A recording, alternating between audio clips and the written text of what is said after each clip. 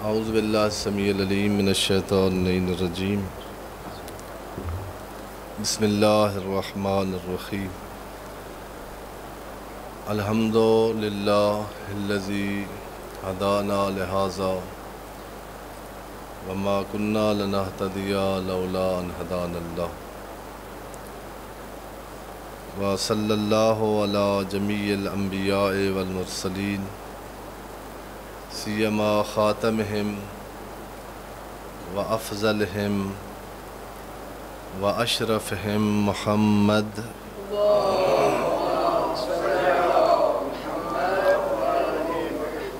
وعلی آلہ الاطیبین الانجبین لا سیما بقیت اللہ فی العالمین والارضین بہم نتولا ومن اعدائہم نتبرأ الی اللہ اوصیکم نفسی و عباد اللہ بتقوی اللہ اتقوا اللہ فإن خیر الزاد التقوی۔ اپنے آپ کو اور آپ مومنین حاضرین کی خدمت میں تقوی الہی کو اپنی زندگی کا منشور حیات بنانے کی نصیحت کرتا ہوں۔ تقوی الہی کو اپنی زندگی کے ہر قدم پر ملحوظ رکھنے کی تلقین کرتا ہوں، اور تقوی اور متقیوں کی محفوظ زندگی کو اپنا کر اپنے آپ کو خطرات سے محفوظ کرنے کی دعوت دیتا ہوں۔ خداوند عالم بحق محمد و اہل بیت محمد علیہ الصلوۃ والسلام تمام مومنین کو قرآن مجید اور ائمہ طاہرین علیہ الصلوۃ والسلام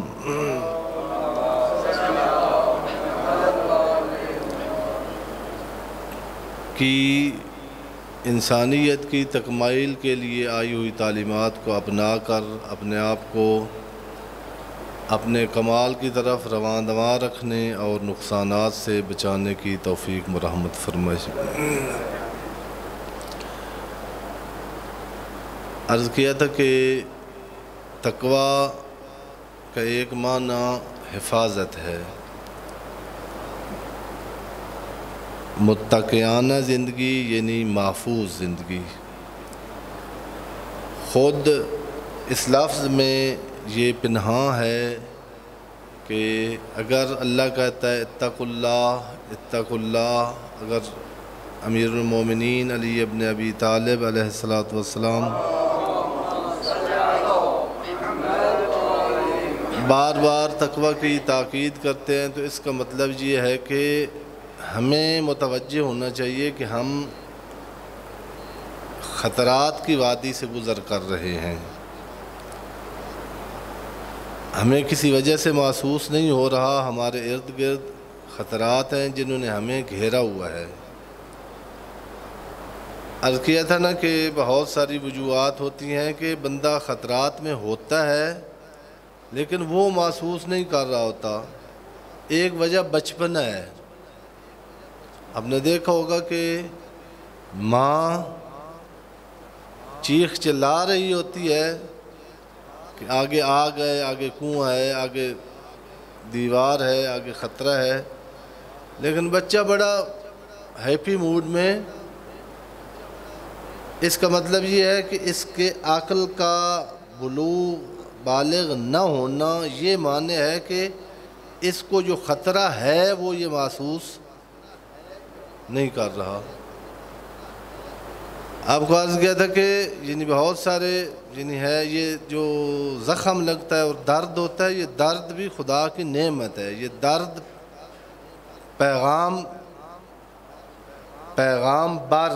پیغمبر یعنی پیام بر فارسی کا لفظ ہے، جو پیام اٹھا کے لاتا ہے۔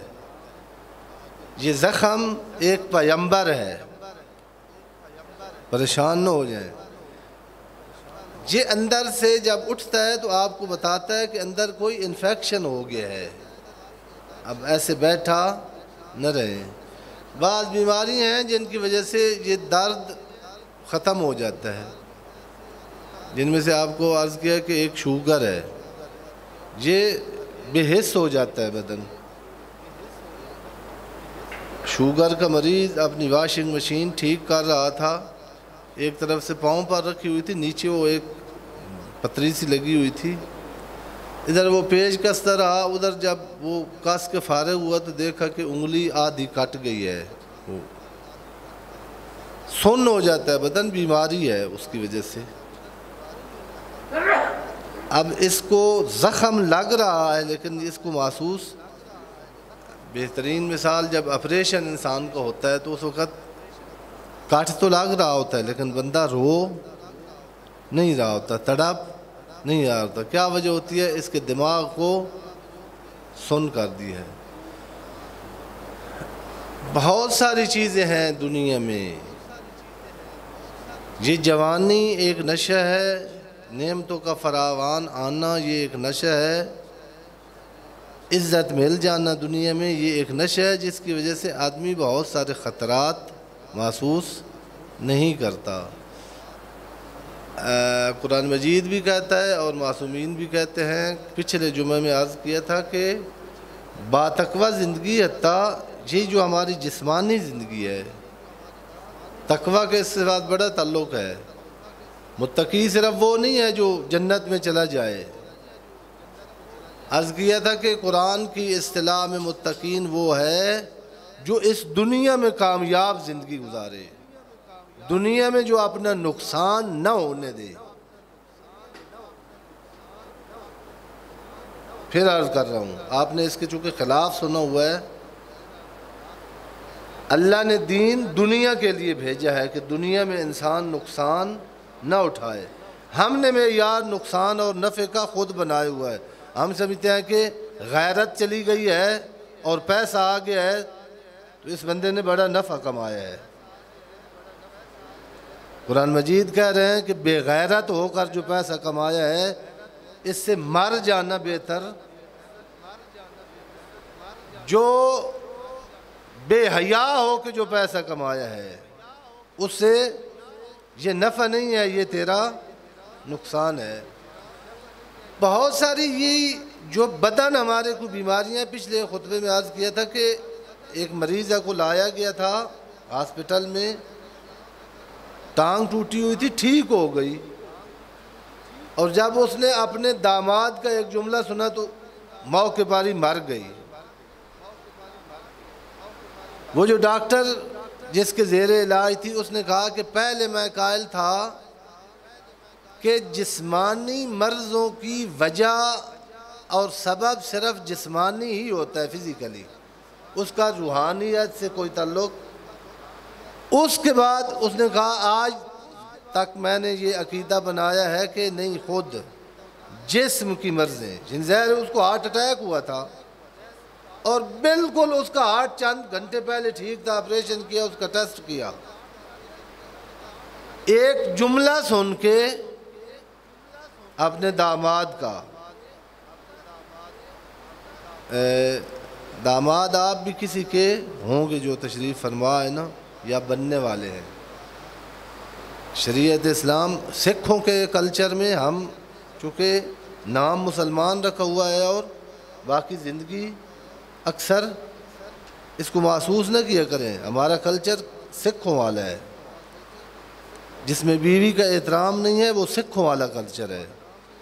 اسلام کے تہذیب میں علی ابن ابی طالب علیہ السلام جب اپنی زوجہ کو مخاطب کرتے ہیں تو کہتے ہیں یا سیدتی، اے میری سردار ذاتی بطول۔ اسی طرح اسلام نے کہا ہے 3 باپ ہیں ہر انسان کے۔ پھر آپ کہو گے کہ یہ تو گالی ہو گئی، میں حدیث پڑھ رہا ہوں، گالی نہیں دے رہا۔ ابن ولدک، پیغمبر فرما رہے ہیں ایک تیرا باپ وہ ہے جس کا تو بیٹا ہے، جو تیرا والد حقیقی ہے۔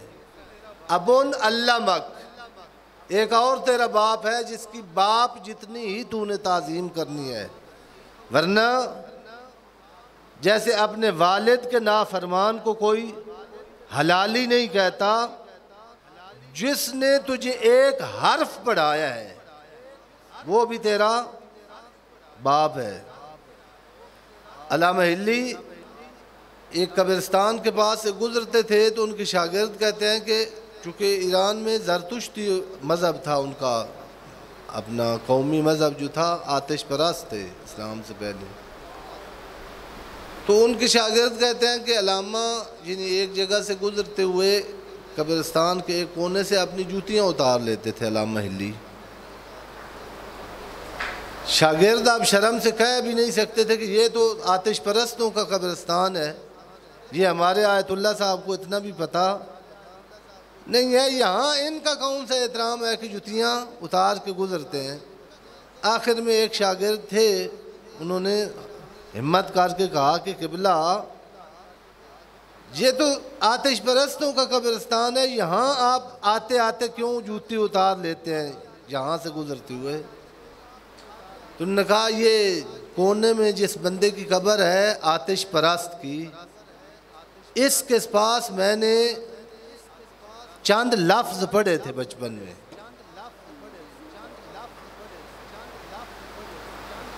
لہذا اس کی قبر کے پاس جوتیاں پہن کر گزرنا، یہ بنتے ہیں 12 سال کی عمر میں مجتہد۔ یہ ہیں جن کا تذکرہ ہمیں اپنے بچوں کو بتانا چاہیے۔ مجتہد یعنی آج کی اصطلاح میں پی ایچ ڈی، جو استاد کا اتنا احترام کرتے ہیں وہ 12 سال میں مانا تھا، انہوں نے منوایا نہیں تھا۔ عرض کرنے کا مطلب یہ ہے کہ تقویٰ خود اس ہماری زندگی میں بہت سارے مسائل ہیں جن کا حل ہے۔ اگر آیات میں دیکھیں کہ تقویٰ کیا دیتا ہے،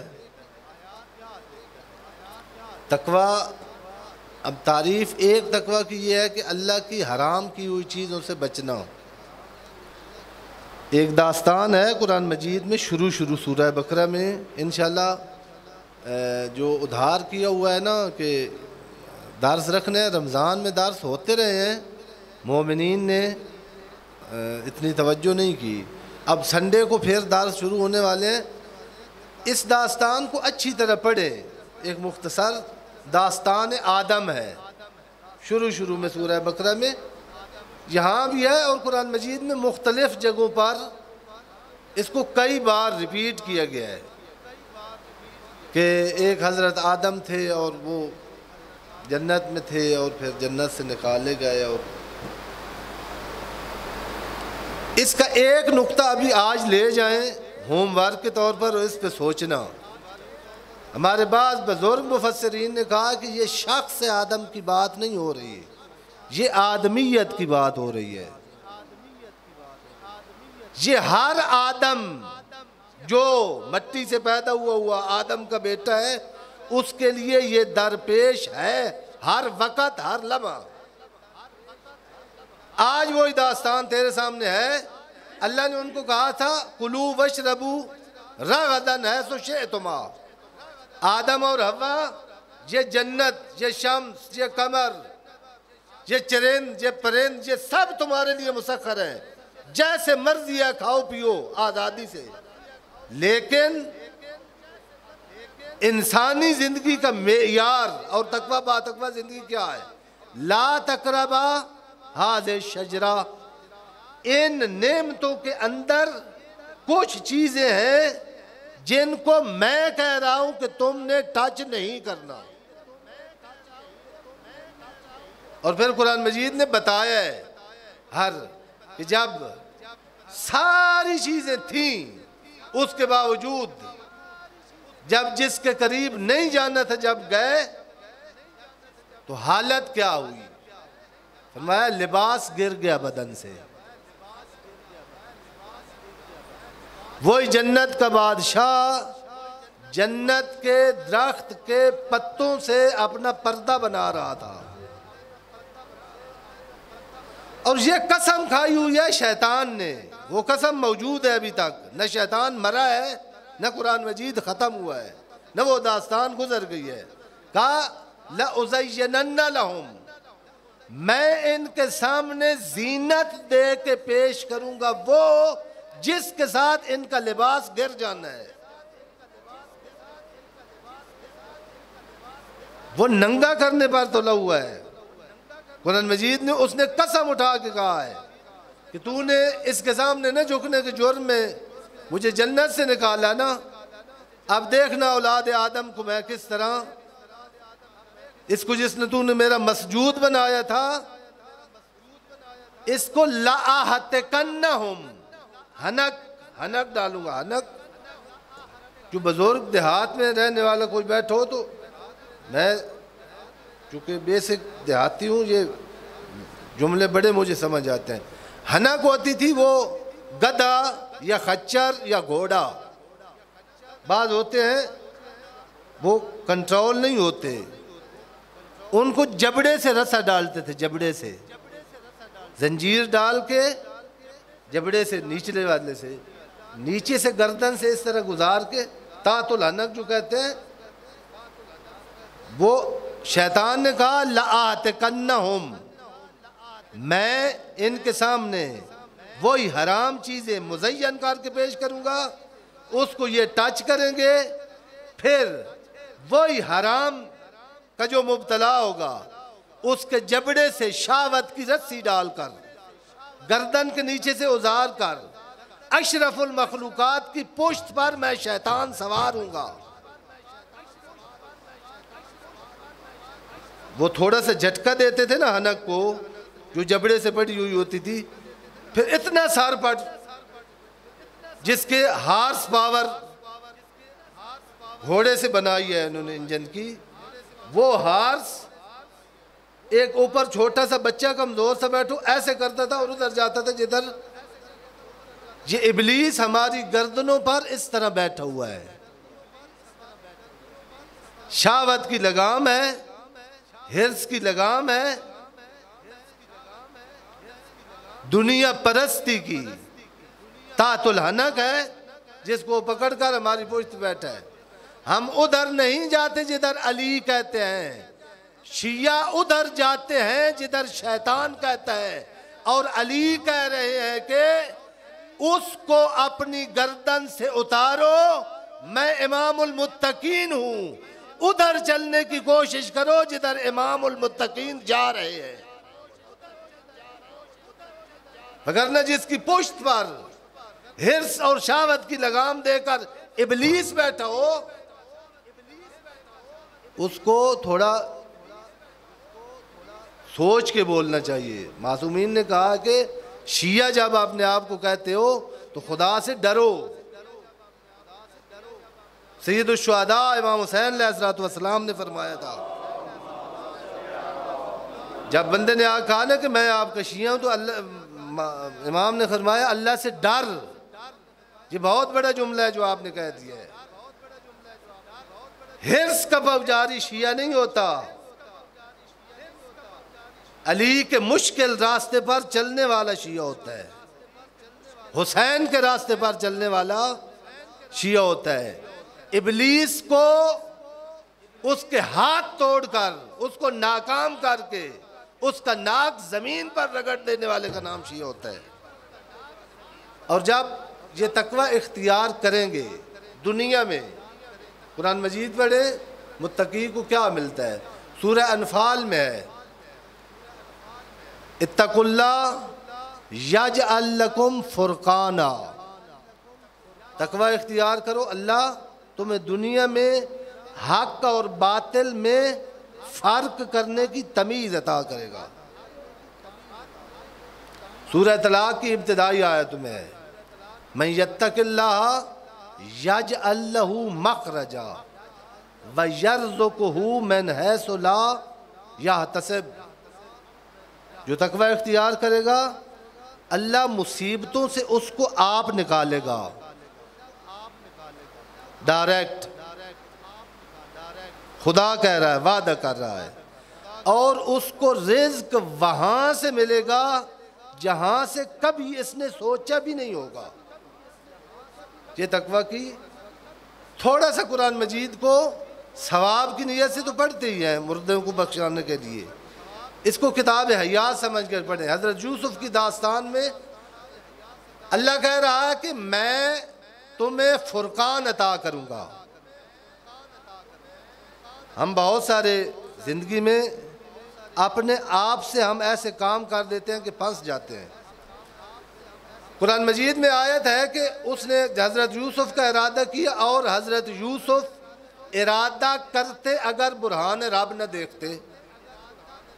اس کی اہل سنت نے بڑی ایسی تفسیریں کی ہیں کہ ایک شریف آدمی پڑھ نہیں سکتا کہ الیاذ باللہ انہوں نے ارادہ کر دیا تھا زلیخا کا اور سامنے یعقوب آئے تو یہ ہوا تو وہ ہوا تو ایک مفسر نے تو کہا کہ حضرت یعقوب نے آ کے مکہ مارا اور پتہ نہیں کیا ہو گیا کہ پھر وہ زلیخا کے قابل ہی۔ جو ہمارے ائمہ نے تفسیر کیا ہے کہ وہ برہان کیا تھا، کہا غیور یوسف، غیرت مند یوسف، معصوم یوسف۔ جب اس نے سارے دروازے بند کیے ہیں نا تو یوسف نے قصد کیا ہے کہ میں اس کو ماروں، اور فوراً فرشتہ یا حضرت یعقوب اس صورت میں مجسم ہو کر آ کے حضرت یوسف کو کہا ہے کہ اس کو مار نہیں، اگر تو نے اس 7ویں کوٹھی کے اندر اس کو مارا اور اس کو کوئی فریکچر ہو گیا اور اوپر سے آ رہا ہے شاہ مصر، یہاں مجرم تو بن جائے گا۔ وہاں دروازے پر اس نے کہا تھا کہ یہ کیسا بچہ ہے جو تیری بیوی کے ساتھ قصد سو رکھتا تھا۔ اگر 7ویں باہر نکل کر اس نے الزام لگا لیا تھا، اگر 7ویں کوٹھی کے اندر زلیخا اس کی پسلی ٹوٹی پڑی ہوتی تو ہر کسی نے کیا کہنا تھا کہ جرم کس کا تھا؟ یوسف کا۔ ان تتقوا اللہ یجعل لکم فرقانا، جو تقوی اختیار کرتا ہے زندگی کی جو بند گلیاں ہوتی ہیں وہاں اللہ راستہ نکالتا ہے۔ اور دوسرا کہا یجعل لکم مخرجا، اللہ تمہیں ظلمتوں سے، مصیبتوں سے، دکھوں سے، آزمائشوں سے اللہ نکال لائے گا، جیسے یوسف کو نکالا۔ وَيَرْزُقُهُ مِنْ حَيْثُ لَا يَحْتَسِبُ۔ زندان میں پڑا ہوا یوسف سوچ سکتا تھا کہ میں ایک دن وزیر خزانہ بنوں گا مصر کا؟ یہ وہ تقوی ہے جو تنہائی میں جہاں کوئی نہیں دیکھ رہا تھا۔ بڑا لطیف ہے کہ زلیخا جب آنے لگی تو اس نے بت کے اوپر کپڑا ڈالا۔ حضرت یوسف نے کہا یہ کیا کر رہی ہو؟ کہا چونکہ اس کی پرستش کرتی ہوں، شرم آ رہی ہے، جو کام کرنے جا رہی ہوں اس بت کے سامنے۔ کہا تو بت سے شرماتی ہے؟ جس کو یوسف عبادت جس کی کرتا ہے وہ بت نہیں ہے، وہ یہاں بھی ہمیں دیکھ رہا ہے۔ خداوند عالم بحق محمد و اہل بیت محمد علیہ السلام ہمیں تعلیمات دین کو سمجھ کر تقوی کی راہ اختیار کر کے اپنے زندگی میں فرقان اور اللہ کی طرف سے رزق لا یحتسب حاصل کرنے کی توفیق مرحمت فرمائے۔ بسم اللہ الرحمن الرحیم والعصر ان الانسان لفی خسر الا الذین آمنوا وعملوا الصالحات وتواصوا بالحق وتواصوا بالصبر۔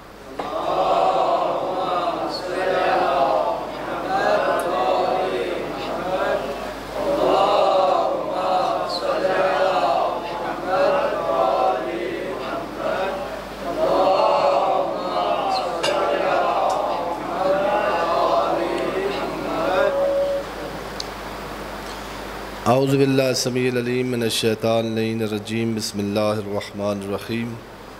الحمد والثناء للہ الذی لا یحصی ثناءہ الا ہو، وصلی اللہ علی جمیع الانبیاء والمرسلین سیما خاتمہم وافضلہم واشرفہم محمد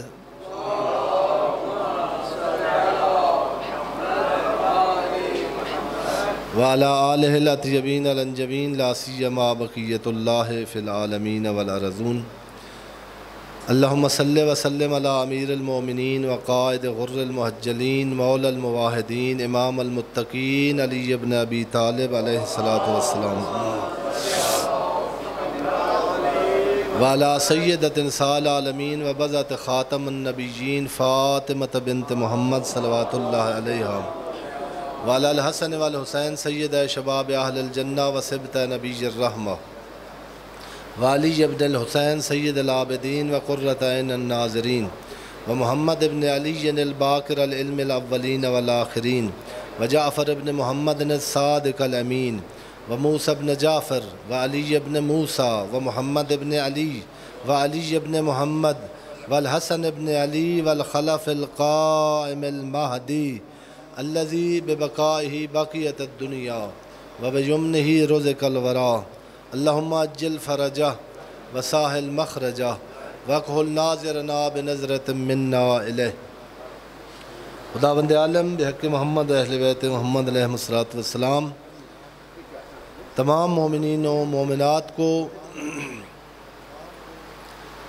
اپنی اس دنیا میں غیر محفوظ زندگی کو تقوی کے لباس سے محفوظ بنانے کی توفیق مرحمت فرمائے۔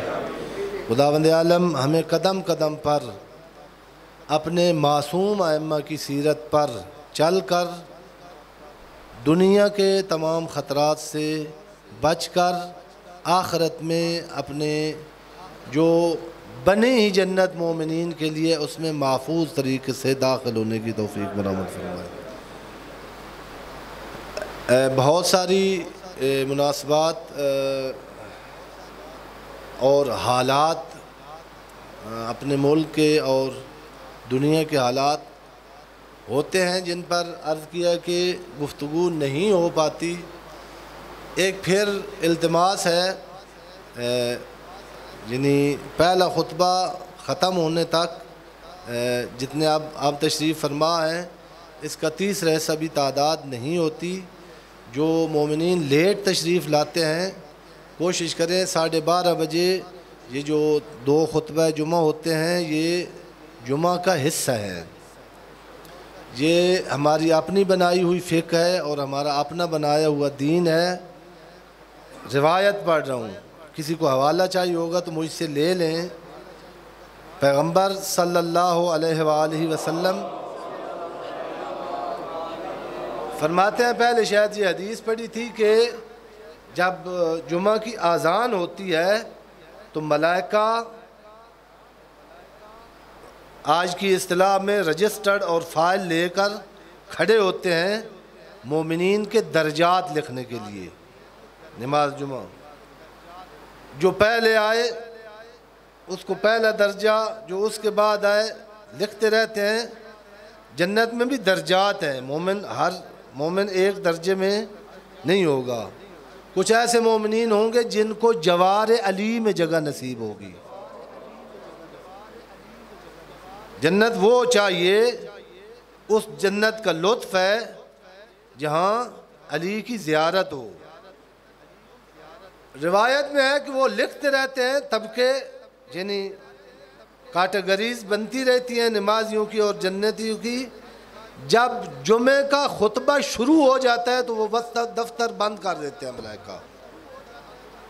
ان ملائکہ کی نظر میں جو خطبہ شروع ہونے کے بعد آیا ہے وہ گویا جمعے میں آیا نہیں ہے، فقہی لحاظ سے ہو جاتی ہے، آخر میں بھی پہنچ جائیں تو نماز باطل نہیں ہے۔ لیکن جمعے کا مطلب یہ ہے کہ یہ 2 خطبے جو 2 رکعتوں کے بدلے میں ہیں ان کو سنیں۔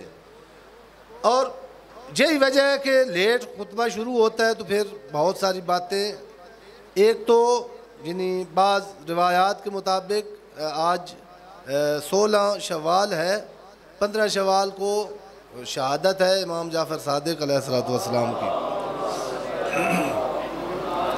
لیکن چونکہ یعنی مشہور جو علماء نے ویسے ماہ شوال میں یعنی ہے لکھا ہوا ہے، تاریخوں میں اختلاف ہے، جو زیادہ معتبر اور مشہور علماء نے جس کے قائل ہیں وہ 25 شوال ہے۔ انشاءاللہ 25 شوال کو یعنی مجلس کا بھی اہتمام ہوگا انتظامیہ کی طرف سے، آپ شرکت کریں، اور اگلے ہفتے یعنی شہادت کے حوالے سے چونکہ وہ تاریخ زیادہ معتبر ہے، انشاءاللہ امام کے حوالے سے جتنا ٹائم ہوگا ذکر کیا جائے گا۔ بیسک جو یعنی مقصد ہے کہ یعنی ملکی حالات پر بھی نگاہ ہونی چاہیے مومن کی، بلکہ دنیا میں جو ہو رہا ہے جس مومن کی نگاہ نہیں ہے وہ اپنی مرضی کا مومن ہے، علی کی مرضی کا مومن۔ ہمارے معصومین نے فرمایا ہے من اصبح ولم یہتم بامور المسلمین فہو لیس بمسلم، جو صبح اٹھے اور اس کے دماغ میں صرف یہ ہو کہ ناشتہ کیا کرنا ہے اور جاب پہ کتنے بجے جانا ہے اور پھر واپسی پہ کچن کے لیے کیا خرید کے لے آنا ہے، جناب امیر فرماتے ہیں یہ اونٹ ہے،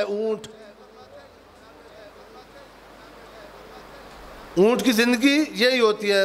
جناب امیر نے تشریح کی ہے بہت ساری جگہوں پر، صبح اٹھتا ہے، جاتا ہے، کسی درخت کو مارا، کسی کی یہ بھی نہیں دیکھتا اپنی ہے یا پرائی ہے، وہ پیٹ بڑا سا جو ہے فل کر کے رات کو آ جاتا ہے، وہاں آ کے وہ خالی کرتا ہے پیٹ، اور صبح پھر پیٹ کے پیچھے۔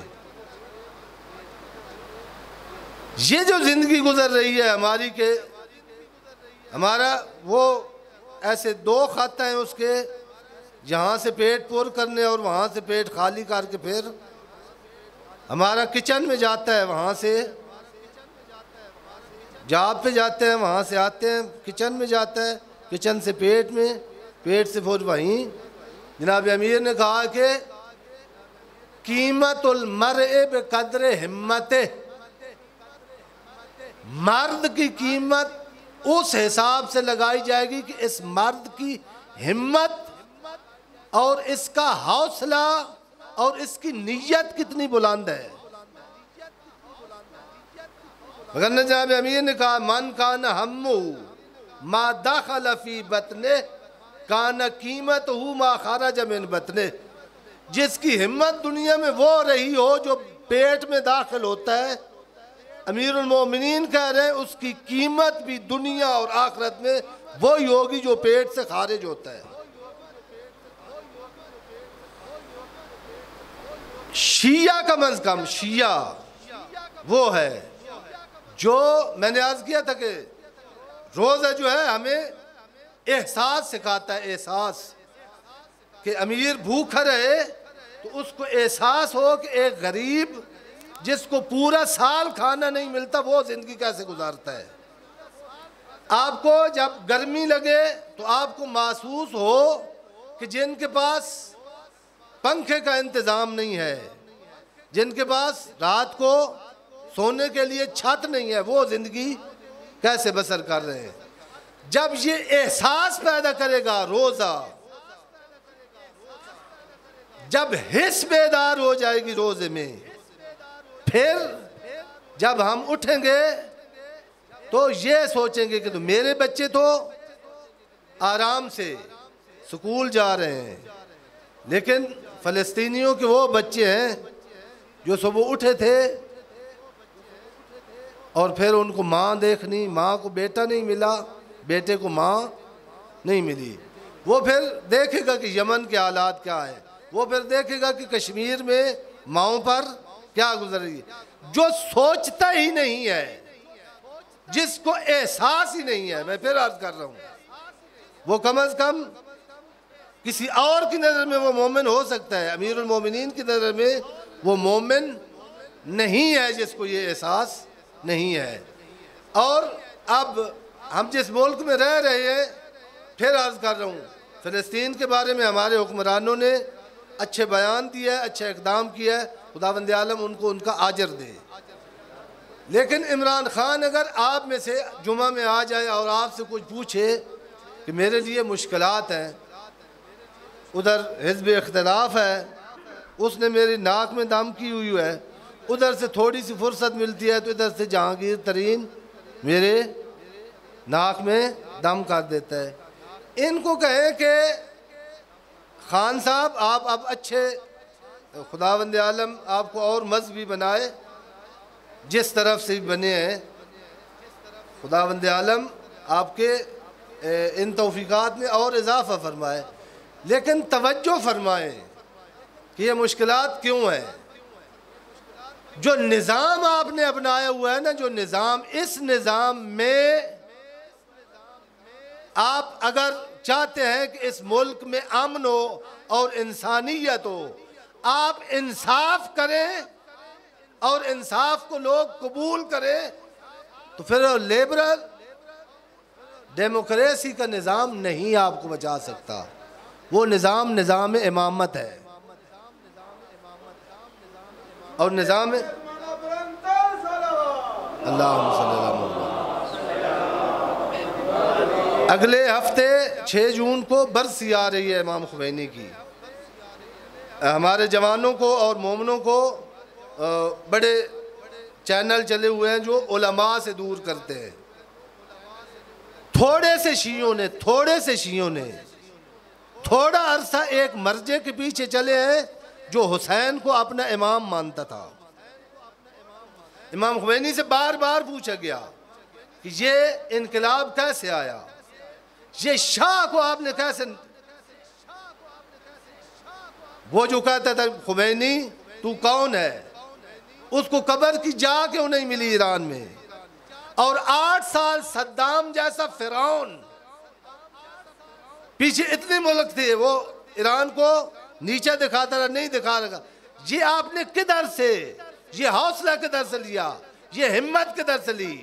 امام خمینی کا ایک جواب ہوتا تھا، میں نے جو کچھ سیکھا ہے وہ کربلا اور حسین سے سیکھا ہے۔ نظام امامت ہم نے بتانا ہے لوگوں کو، وہ بتا اس وقت سکتے جب ہمارے بچے کو نظام امامت، علی کو مرشد مانتے ہیں ہم، جس طرح سنی نہیں کسی کا سیال شریف کے مرید ہیں تو کوئی، ہم کہتے ہیں ہم علی کے مرید ہیں۔ علی سیال شریف جالے پیروں کی طرح نہیں ہے، علی کی امامت ایک نظام زندگی ہے، اور امام زمانہ جو اس وقت کے علی ہے وہ اس وقت آئیں گے جب ہم اس نظام کو سمجھ کر اس نظام کو برپا کرنے کے لیے گھروں سے باہر نکلیں گے، تب یوسف زہرا ہماری فریاد سنیں گے۔ ان احسن الحدیث وابلغ الموعظہ کتاب اللہ، بسم اللہ الرحمن الرحیم، والعصر ان الانسان لفی خسر الا الذین آمنوا وعملوا الصالحات وتواصوا بالحق وتواصوا بالصبر۔